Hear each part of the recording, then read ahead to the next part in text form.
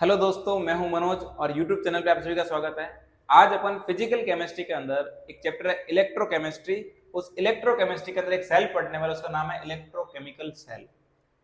Electrochemical cell basically इसका क्या discussion है, इसके बारे में क्या जानकारी मैं सारी आपको देने वाला हूं। देखना, इलेक्ट्रोकेमिकल सेल का मतलब होता है एक ऐसा सेल, एक ऐसी केमिकल रिएक्शन, एक ऐसी रेडॉक्स रिएक्शन जिससे निकलने वाली एनर्जी को अपन इलेक्ट्रिकल एनर्जी में कन्वर्ट करेंगे।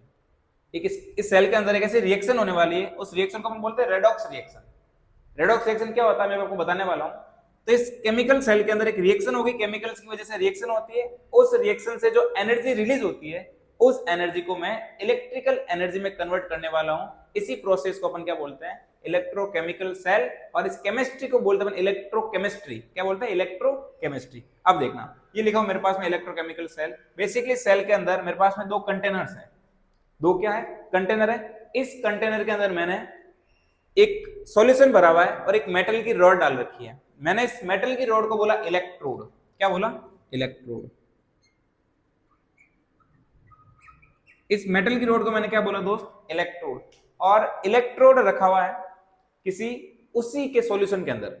ये जो इलेक्ट्रोड मैंने रखा है, मैंने जैसे एक जिंक ले रखा है, तो जिंक को जिंक के ही सॉल्यूशन के अंदर डुबो के रखा है। उसी तरीके से मैंने एक दूसरा इलेक्ट्रोड ले रखा कॉपर, और उस कॉपर को कॉपर के ही सॉल्यूशन में डुबो के रखा हुआ है।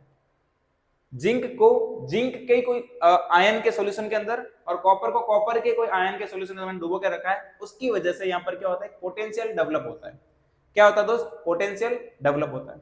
तो सबसे पहले हमारे पास में दो कंटेनर्स हैं। उस कंटेनर के अंदर मैंने मेटेलिक रॉड डाल रखी है, उसको उसी के सॉल्यूशन के अंदर मैंने डिप कर रखा है। मैंने इस पूरे एक सर्किट बनाने के लिए मैंने इसको वायर से जोड़ दिया और एक वोल्ट मीटर मैंने अटैच कर दिया, ताकि मैं ये पता लगा पाऊं कि वोल्टेज कितना डेवलप हुआ है, ये सारा बताने के लिए। इस पूरे दोनों कंटेनर्स को मैंने एक यू शेप की ट्यूब से जोड़ा हुआ है। एक ग्लास ट्यूब होती है, यू शेप की होती है, इसलिए इसको बोलते हैं यू ट्यूब बोल सकता हूं। इसका नाम होता है सॉल्ट ब्रिज। क्या नाम है इसका, इसका नाम है सॉल्ट ब्रिज।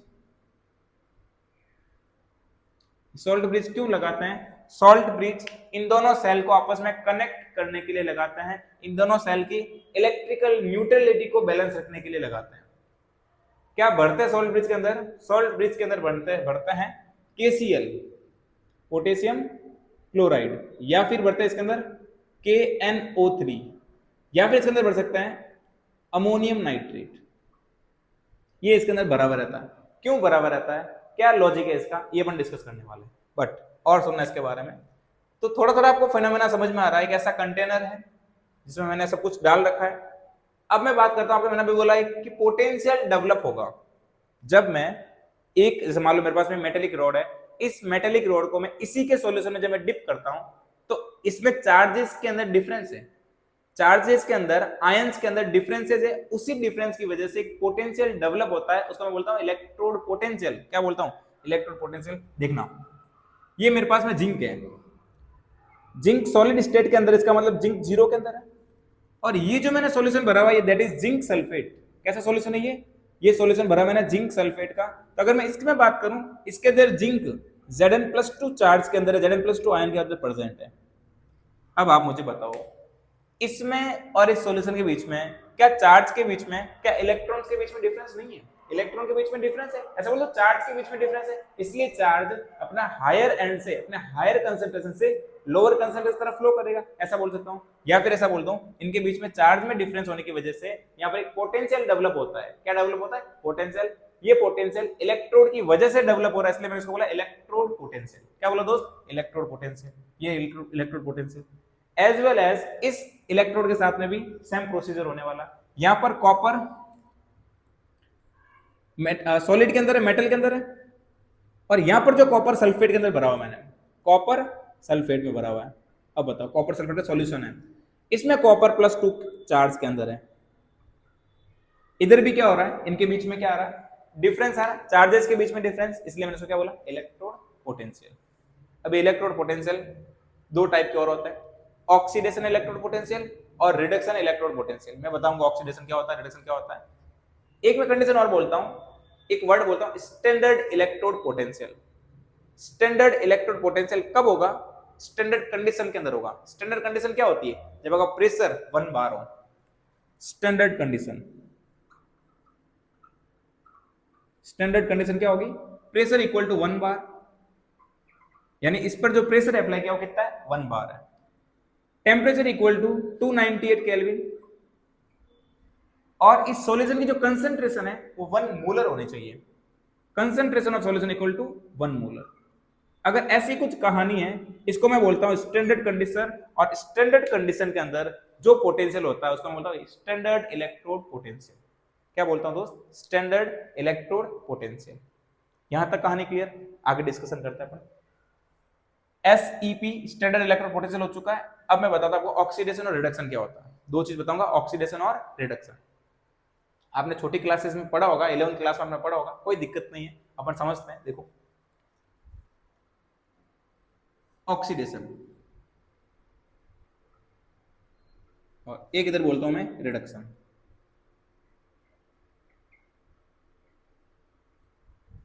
ऑक्सीडेशन का मैं शॉर्ट में से बोलता हूं लॉस ऑफ इलेक्ट्रॉन। क्या बोलता हूं? Loss of electron is oxidation. अगर कोई स्पीसीज इलेक्ट्रॉन का लॉस करते, इलेक्ट्रॉन लूज करते, इलेक्ट्रॉन बाहर निकालती है, दैट इज ऑक्सीडेशन। क्या होगा उसका? ऑक्सीडेशन। जैसे देखना, मेरे पास में कोई भी एक मेटल है, ये मेटल जीरो स्टेट के अंदर है, सॉलिड फॉर्मेट के अंदर है, लेकिन ये गैसेज में जाकर इसने अपना एक इलेक्ट्रॉन डोनेट कर दिया, इलेक्ट्रॉन बाहर निकाला। क्या इलेक्ट्रॉन का लॉस कर रहा है? और जब जब इलेक्ट्रॉन का लॉस होगा तब तक ऑक्सीडेशन होगा।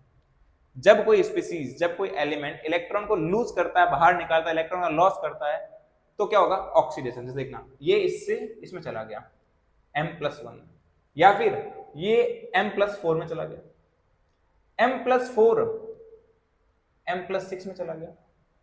या फिर ऐसा भी हो सकता है, मेरे पास में कोई एक मेटल N ले लेता हूं, N कोई मेटल है मेरे पास में, ये पहले -3 में था, ये -3 से N 0 में चला गया। क्या इसकी ऑक्सीडेशन स्टेट डिक्रीज हो रही है और इंक्रीज हो रही है? क्या इसकी ऑक्सीडेशन स्टेट इंक्रीज हो रही है?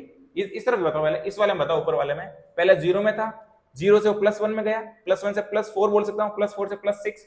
क्या लगातार इसकी ऑक्सीडेशन स्टेट इंक्रीज हो रही है? ऐसा भी वर्ड बोल रहा हूं, देखना यहां पर, ऑक्सीडेशन स्टेट इंक्रीज हो रही है। क्या हो रही है? ऑक्सीडेशन स्टेट इंक्रीज हो रही है। वो -3 में था, -3 से 0 में आ रहा है, इंक्रीज ही तो हो रहा था दोस्त। -3 माइनस में था, माइनस से पॉजिटिव की तरफ आ रहा है, तो क्या हो रहा है? ऑक्सीडेशन स्टेट इंक्रीज हो रही है, या इलेक्ट्रॉन को लूज कर रहा है, इलेक्ट्रॉन का लॉस हो रहा है, इस वजह से इसका क्या होगा? ऑक्सीडेशन। इस तरफ बात करता हूं, reduction, gain of electron, gain of electron is reduction. Electron gain होगा, ऐसे स्पीसीज, ऐसे एलिमेंट्स, ऐसे नॉन मेटल्स बोल सकता हूं जो इलेक्ट्रॉन को एक्सेप्ट करता है, इलेक्ट्रॉन को गेन करता है, दैट इज रिडक्शन। जब जब इलेक्ट्रॉन एक्सेप्ट होगा, जब जब इलेक्ट्रॉन को लिया जाएगा, गेन किया जाएगा, रिडक्शन होगा। क्या होगा दोस्त? रिडक्शन। देखना एग्जांपल के फॉर्मेट में, मेरे पास में वही मेटल मान लो या फिर नॉन मेटल कुछ भी है, कोई भी एक स्पीसीज है जो M0 के अंदर प्रेजेंट है, लेकिन इसने 3 इलेक्ट्रॉन एक्सेप्ट किए। जैसे इसने 3 इलेक्ट्रॉन एक्सेप्ट किए, क्या बना ये? M-3। आपको ये तो आइडिया होगा ना कि जब कोई स्पीसीज इलेक्ट्रॉन को लूज करती है, बाहर निकालती है, तो क्या होगा? पॉजिटिव चार्ज आता है, और जब कोई स्पीसीज इलेक्ट्रॉन को एक्सेप्ट करती है तो नेगेटिव चार्ज आता है। यहां पर इसने 3 इलेक्ट्रॉन एक्सेप्ट किए, इसलिए -3 आ गया। यहां इसकी ऑक्सीडेशन स्टेट डिक्रीज हो रही है, oxidation state decrease, reduction, oxidation state increase, oxidation, oxidation state decrease हो रही है। आई होप आपको यहां तक कहानी कुछ क्लियर हो रही है, यहां तक एकदम ओके। अब देखना, ऐसी रिएक्शन, मैंने आपको बताया रेडॉक्स रिएक्शन, ये इस सेल के अंदर रेडॉक्स रिएक्शन होने वाली है, मैंने आपके बारे में डिस्कस किया था। तो इस सेल में जो रेडॉक्स रिएक्शन होगी उसके बारे में बात बताता हूं मैं आपको। ऐसी रिएक्शन जिसमें ऑक्सीडेशन भी होता है और रिडक्शन भी होता है, उसको अपन कंबाइनली बोलते हैं redox reaction. This type of reaction in which oxidation and reduction both togetherly happen, उसको अपन क्या बोलते हैं? ऑक्सीडेशन और रिडक्शन साथ में, और इसलिए बोला रेडॉक्स रिएक्शन। यहां पर भी समझना, यहां पर भी कहीं ना कहीं ऑक्सीडेशन होगा और कहीं ना कहीं रिडक्शन होगा, इसलिए मैंने इसको बोला रेडॉक्स रिएक्शन। और रेडॉक्स रिएक्शन से जो एनर्जी रिलीज होने वाली है, उस एनर्जी को मैं किस में कन्वर्ट करूंगा? इलेक्ट्रिकल एनर्जी में, जिससे मैं बहुत सारी अप्लायंसेस को चला सकता हूं, ऑपरेट कर सकता हूं। ये सारा प्रोसीजर। अब देखना, यहां तक आई होप कहानी क्लियर हो रही है आप सबके। फिर बताता हूं एक स्टैंडर्ड की कंडीशन, देखना, सुनना वापस। ऑक्सीडेशन समझ में आया, रिडक्शन समझ में आया, और रेडॉक्स समझ में आया। अगर पोटेंशियल, इधर जो पोटेंशियल डेवलप हो रहा था, इधर भी पोटेंशियल डेवलप हो रहा था, अगर पोटेंशियल ऑक्सीडेशन की टेंडेंसी से होता है, दैट इज ऑक्सीडेशन पोटेंशियल। अगर पोटेंशियल ऑक्सीडेशन की टेंडेंसी से होगा ऑक्सीडेशन पोटेंशियल, अगर पोटेंशियल रिडक्शन की टेंडेंसी से है रिडक्शन पोटेंशियल। और अगर कंडीशन स्टैंडर्ड है तो क्या बोलेंगे, standard oxidation potential, standard reduction potential, standard oxidation potential और स्टैंडर्ड रिडक्शन पोटेंशियल।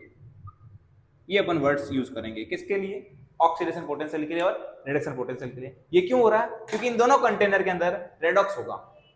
रेडॉक्स का मतलब कहीं ना कहीं ऑक्सीडेशन और कहीं ना कहीं रिडक्शन। जहां ऑक्सीडेशन होगा वहां ऑक्सीडेशन पोटेंशियल, जहां रिडक्शन होगा वहां रिडक्शन पोटेंशियल। आई होप यहां तक सब कुछ वेरी वेल है। आगे डिस्कशन करते हैं, इसके लिए मैं थोड़ा सा इस एनवायरनमेंट को रफ कर देता हूं, फिर अपन आगे बात करते हैं। चलिए आगे डिस्कशन करते हैं अपन। अब अपन बात करते हैं सेल के बारे में और ये कैसे एक्चुअल में वर्क करता है, क्या इसकी मैकेनिज्म है, वो सारा अपन डिस्कस करते हैं सेल के बारे में। तो देखिए दोस्त, ये हमारे पास में एक सेल है, ये भी एक सेल है। इधर होता है ऑक्सीडेशन और इस तरफ क्या होता है, रिडक्शन। इस तरफ क्या होता है, ऑक्सीडेशन होता है, इस तरफ क्या होता है, रिडक्शन। मैं लिख देता हूं, इस तरफ क्या होगा, ऑक्सीडेशन होगा, इधर क्या होगा, रिडक्शन होगा। ये वाला जो है ना इलेक्ट्रोड, ये नेगेटिवली चार्ज होता है। कैसा होता है, नेगेटिवली चार्ज। और ये वाला जो इलेक्ट्रोड है कैसा होता है, पॉजिटिवली चार्ज। मैं ऐसा बोलता हूं, एक इलेक्ट्रिकल सेल के अंदर, इलेक्ट्रोकेमिकल सेल के अंदर वो इलेक्ट्रोड जहां ऑक्सीडेशन रिडक्शन टेक प्लेस करती है, जहां ऑक्सीडेशन रिडक्शन अपनी जगह लेगी या फिर जहां ऑक्सीडेशन रिडक्शन होती है, उसको मैं बोलता हूं एनोड, और वो नेगेटिव होता है। क्या बोलता हूं उसको मैं, एनोड। अरे दोस्त क्या बोलता हूं, एनोड, और वो कैसा होता है, नेगेटिव। और एक इलेक्ट्रोकेमिकल सेल में ऐसा सेल, ऐसा हाफ सेल जिसके अंदर रिडक्शन रिएक्शन होती है, वो पॉजिटिव होता है, उसको कैथोड बोलता हूं। पॉजिटिव होता है, क्या बोलता हूं दोस्त, कैथोड। अरे हाँ ना बोले यार, क्या बोलता हूं, कैथोड। यानी यहां पर ऑक्सीडेशन होगा, यहां पर रिडक्शन होगा। ऑक्सीडेशन और रिडक्शन बीच में मैंने इन दोनों सेल को आपस में, अच्छा इसको हाफ सेल बोलते हैं, ये वाला एक पूरा हाफ सेल है, ये वाला पूरा हाफ सेल है, और इसमें अंदर जो रिएक्शंस होगी उसको बोलते हैं हाफ सेल रिएक्शंस। ये हाफ सेल, ये हाफ सेल, और सेल के अंदर होने वाले रिएक्शन हाफ सेल रिएक्शन। दोनों हाफ सेल को मिला दूंगा, एक कंप्लीट सेल बन जाएगा। इसको क्या बोलते हैं, हाफ सेल। अरे दोस्त हाफ सेल, इसको भी क्या बोलते हैं, हाफ सेल।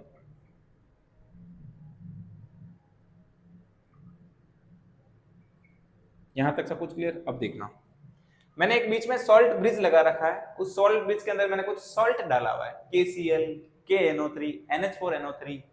क्यों डाला हुआ है, ये जो चार्जेस होंगे ना इनके अंदर, जो कुछ रिएक्शन होगी, रिएक्शन में कुछ चार्ज डेवलप होगा, कुछ इलेक्ट्रॉन्स प्रोटॉन्स जो भी होगी, इलेक्ट्रॉन्स और चार्ज जो डेवलप होगा, उसको ये बैलेंस करने का काम करेगा।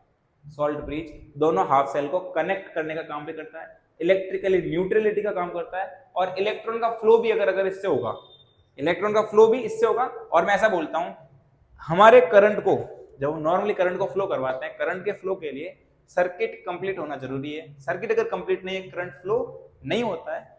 सॉल्ट ब्रिज सर्किट को कंप्लीट करने का काम करता है। अगर मैं सॉल्ट ब्रिज को हटा दूं, सर्किट इनकम्प्लीट हो जाएगा।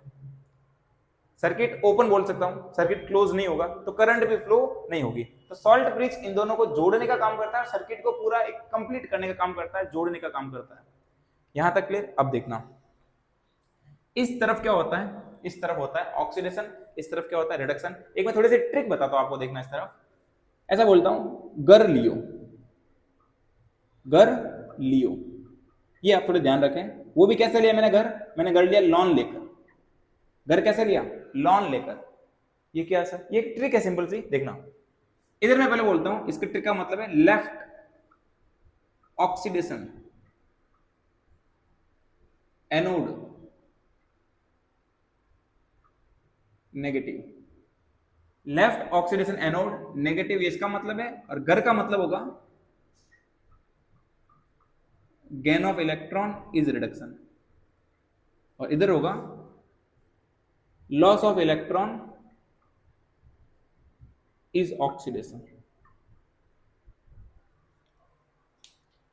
ये तो मैं बता चुका हूं, gain of electron is reduction, जब इलेक्ट्रॉन गेन करता है रिडक्शन, जब इलेक्ट्रॉन लॉस करता है तो ऑक्सीडेशन। यहां तक clear. Left oxidation anode negative. ये इस इलेक्ट्रोकेमिकल सेल के लिए याद रखना बहुत ज्यादा जरूरी है कि लेफ्ट वाला पार्ट पर ऑक्सीडेशन होगा, ये लेफ्ट वाला पार्ट है, लेफ्ट वाले पार्ट पे ऑक्सीडेशन होगा, वो एनोड होगा और वो नेगेटिव होगा। लेफ्ट ऑक्सीडेशन एनोड नेगेटिव, इसका ऑपोजिट इसमें कर देना। ठीक है, ये मैं क्यों याद रखा रहा हूं ये वाली सीरीज, ये वाला जो ट्रिक है, क्योंकि जब अपन इलेक्ट्रोलाइटिक सेल पढ़ेंगे आगे इसी चैप्टर के अंदर, इलेक्ट्रोलाइटिक सेल आता है, उस सेल के अंदर एनोड पॉजिटिव हो जाता है, उस सेल के अंदर एनोड पॉजिटिव हो जाता है। इसलिए मुझे किसी एक का याद रखना है, मैं दोनों में कंफ्यूज नहीं होऊंगा, इसलिए मैंने एक ट्रिक बना दी, left oxidation anode negative for electrochemical cell, ये याद रहेगा। इसका ऑपोजिट अपन दूसरे में कर देंगे। ठीक है, अब देखना यहां पर, देखना मैं पोटेंशियल डेवलप हो रखा है इस वाले सीरीज के अंदर, इस वाले हाफ सेल के अंदर पोटेंशियल डेवलप है, इलेक्ट्रॉन पोटेंशियल ऑक्सीडेशन की वजह से, इसलिए ऑक्सीडेशन इलेक्ट्रॉन पोटेंशियल। अब देखना इधर मेरे पास में जिंक प्रेजेंट है, मैकेनिज्म समझा रहा हूं कैसे वर्क करता है मैकेनिज्म। इधर जिंक प्रेजेंट है मेटल में, इधर कौन प्रेजेंट है, जिंक +2। और ऑक्सीडेशन में क्या होता है, ऑक्सीडेशन में होगा loss of electron, electron release करेगा दोस्त। जिंक अभी सॉलिड में है, यानी जिंक 0 के अंदर है, से जिंक किस में कन्वर्ट होगा, जिंक +2 में। यानी कुल मिलाकर इसमें ये मैकेनिज्म चल रही है कि यहां से मेटल से, इस इलेक्ट्रोड से जिंक टूट टूट कर सॉल्यूशन में जा रहा है। मेटल से इलेक्ट्रॉन टूट के डिस्प्लेस्ड होकर रिएक्शन करके किस में जा रहे हैं, ऑक्सीडेशन रिएक्शन करके सॉल्यूशन में डिसॉल्व हो रहे हैं, सॉल्यूशन में घुल रहे हैं। यानी ये जिंक टूट के यहाँ पर पहुंच रहा है। क्या चार्ज डेवलप होगा यहाँ पर, Zn+2। क्या चार्ज होगा, Zn+2। यानी कुल मिलाकर इसने कितने इलेक्ट्रॉन लूज किए, इसने 2 इलेक्ट्रॉन लूज किए। ये 2 इलेक्ट्रॉन अभी कहां पर है, ये 2 इलेक्ट्रॉन भी मेटल पे है। अभी ये 2 इलेक्ट्रॉन्स कहां पर है, क्योंकि इसने मेटल से निकला ना, वो मेटल से इलेक्ट्रॉन बाहर निकला, सॉरी मेटल से जिंक बाहर निकला, तो इलेक्ट्रॉन वही रह गए, इलेक्ट्रॉन वही रह गए। अभी इलेक्ट्रॉन सारे मेटल पे है, मेटल कैसी हो गई, नेगेटिव हो गई। अभी मेटल नेगेटिव है, इलेक्ट्रॉन्स कितने, 2 उसके पास में। इस तरफ देखना, इस तरफ क्या होगा, रिडक्शन। अरे दोस्त इस तरफ क्या होगा, रिडक्शन। अब देखना ये रिडक्शन में क्या होगा, यहां लिख देता हूं मैं। अभी मेरे पास में रिडक्शन का मतलब क्या था, गेन ऑफ इलेक्ट्रॉन, यानी ये कॉपर, सॉल्यूशन वाला कॉपर रॉड में जाएगा, सॉल्यूशन वाला कॉपर रिडक्शन रिएक्शन करके इलेक्ट्रॉन का एक्सेप्ट करके कॉपर में जाएगा। कॉपर +2 में है, किसमें दोस्त, कॉपर +2 में, किसमें जा रहा है, कॉपर 0 के अंदर, कॉपर सॉलिड के अंदर जा रहा है। यहाँ पर कुछ भी कंसंट्रेशन बोल देता हूँ, C1 कंसंट्रेशन, C2 कंसंट्रेशन, अलग अलग हो सकती है, सेम भी हो सकती है। ठीक है, कॉपर +2 से कॉपर में जा रहा है। अच्छा, कॉपर में जाने के लिए क्या करेगा दोस्त, कॉपर +2 में था, 2 इलेक्ट्रॉन को एक्सेप्ट करता है, 2 इलेक्ट्रॉन को एक्सेप्ट करता है, यानी तो +2 इलेक्ट्रॉन, +2 इलेक्ट्रॉन। अब बताना, एक राशि बता देता हूं, ये इलेक्ट्रॉन कहां से लेकर आया, ये इलेक्ट्रॉन इस ऑक्सीडेशन वाले हाफ सेल ने सॉल्ट ब्रिज के मीडियम से होते हुए इस तरफ भेजे, सॉल्ट ब्रिज के मीडियम से होते हुए इसने इस तरफ भेज दिए इलेक्ट्रॉन्स। इलेक्ट्रॉन, मैं ऐसा बोलता हूं, इलेक्ट्रॉन एनोड से कैथोड की तरफ मूव कर रहा है। डायरेक्शन ऑफ इलेक्ट्रोड की बात, इलेक्ट्रॉन की बात करूं, वो कहां से कहां है, एनोड टू कैथोड। समझना चीज को, और देखना, मैं और बताता हूं आपको। इस कंटेंट को मैं जूम करता हूं ऐसे, जिंक, जिंक +2 में चला गया, इधर कॉपर, कॉपर +2 से कॉपर में चला गया। ठीक है, ये इसमें चला गया, पीछे कौन बच गया, सल्फेट SO4-2, पीछे कौन बचा, SO4-2। ये जो नेगेटिव चार्जेस जो सॉल्यूशन में बच रहे हैं, इस चार्जेस को बैलेंस करने का काम कौन कर रहा है, ये सॉल्ट ब्रिज कर रहा है। इन चार्जेस जो एक्स्ट्रा जो चार्ज बच जाएगा सॉल्यूशन के अंदर, इसको बैलेंस करने का काम कौन करता है, इलेक्ट्रिकल न्यूट्रलिटी का काम कौन करता है, सॉल्ट ब्रिज करता है। और यहां से इलेक्ट्रॉन का फ्लो जो नेगेटिव आया था यहां पर, उस नेगेटिव का फ्लो एनोड टू कैथोड कौन करवाता है, सॉल्ट ब्रिज करवाता है। अब मुझे बताओ डायरेक्शन ऑफ इलेक्ट्रोड बताओ, डायरेक्शन ऑफ इलेक्ट्रॉन कहां से कहां है, एनोड टू कैथोड। अरे दोस्त कहां से कहां है, एनोड टू कैथोड, ऐसे बोल दो, नेगेटिव टू पॉजिटिव। और अपने ये भी जानते हैं, अपन ये सुन रखा है कि जिस डायरेक्शन के अंदर इलेक्ट्रॉन फ्लो करता है उसकी ऑपोजिट डायरेक्शन में करंट फ्लो करती है। जिस डायरेक्शन में इलेक्ट्रॉन मूव करता है उसके ऑपोजिट डायरेक्शन में कौन मूव करता है, करंट। ठीक है, अब इलेक्ट्रॉन यहां से ऐसे जा रहा है, इलेक्ट्रॉन ऐसे जा रहा है, तो करंट कैसे जाएगा, इलेक्ट्रॉन एनोड टू कैथोड है, करंट कैथोड टू एनोड होगी। ये आप ध्यान रखना। इसके अंदर इलेक्ट्रोकेमिकल सेल, इसका और अपन गैल्वेनिक सेल भी बोल सकते हैं। ठीक है, गैल्वेनिक सेल, और इस गैल्वेनिक सेल के अंदर करंट की डायरेक्शन क्या होगी? करंट की डायरेक्शन होगी कैथोड टू एनोड, और इलेक्ट्रॉन की डायरेक्शन की बात करूं वो होगी एनोड टू कैथोड। ये आप ध्यान रखना है। आया समझ में? इधर ऑक्सीडेशन की टेंडेंसी, इधर रिडक्शन की टेंडेंसी। ओवरऑल रेडॉक्स हो रहा है, रेडॉक्स में इलेक्ट्रॉन ट्रांसपोर्ट कौन कर रहा है? सॉल्ट ब्रिज कर रहा है, मूव करवा रहा है इलेक्ट्रॉन इस तरफ। Anode to cathode electron, cathode to anode current. यहां तक क्लियर? अब देखना थोड़ा और डिस्कशन करता हूं मैं आपके साथ।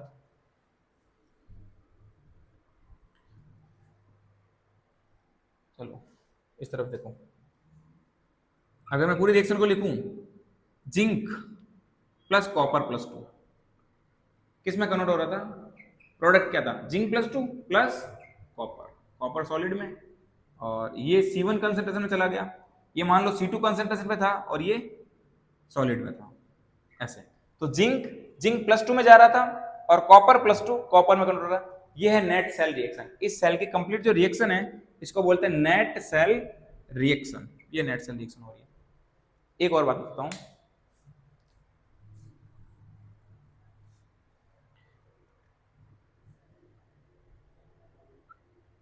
एक और डिस्कशन बताता हूं आपको कि ऑक्सीडेशन की वजह से, यहां पर ऐसे बोलूं ना, जैसे अपने वोल्ट मीटर लगाया था, यहां पर वोल्ट मीटर क्या मेजर करेगा? वोल्टेज को मेजर करेगा।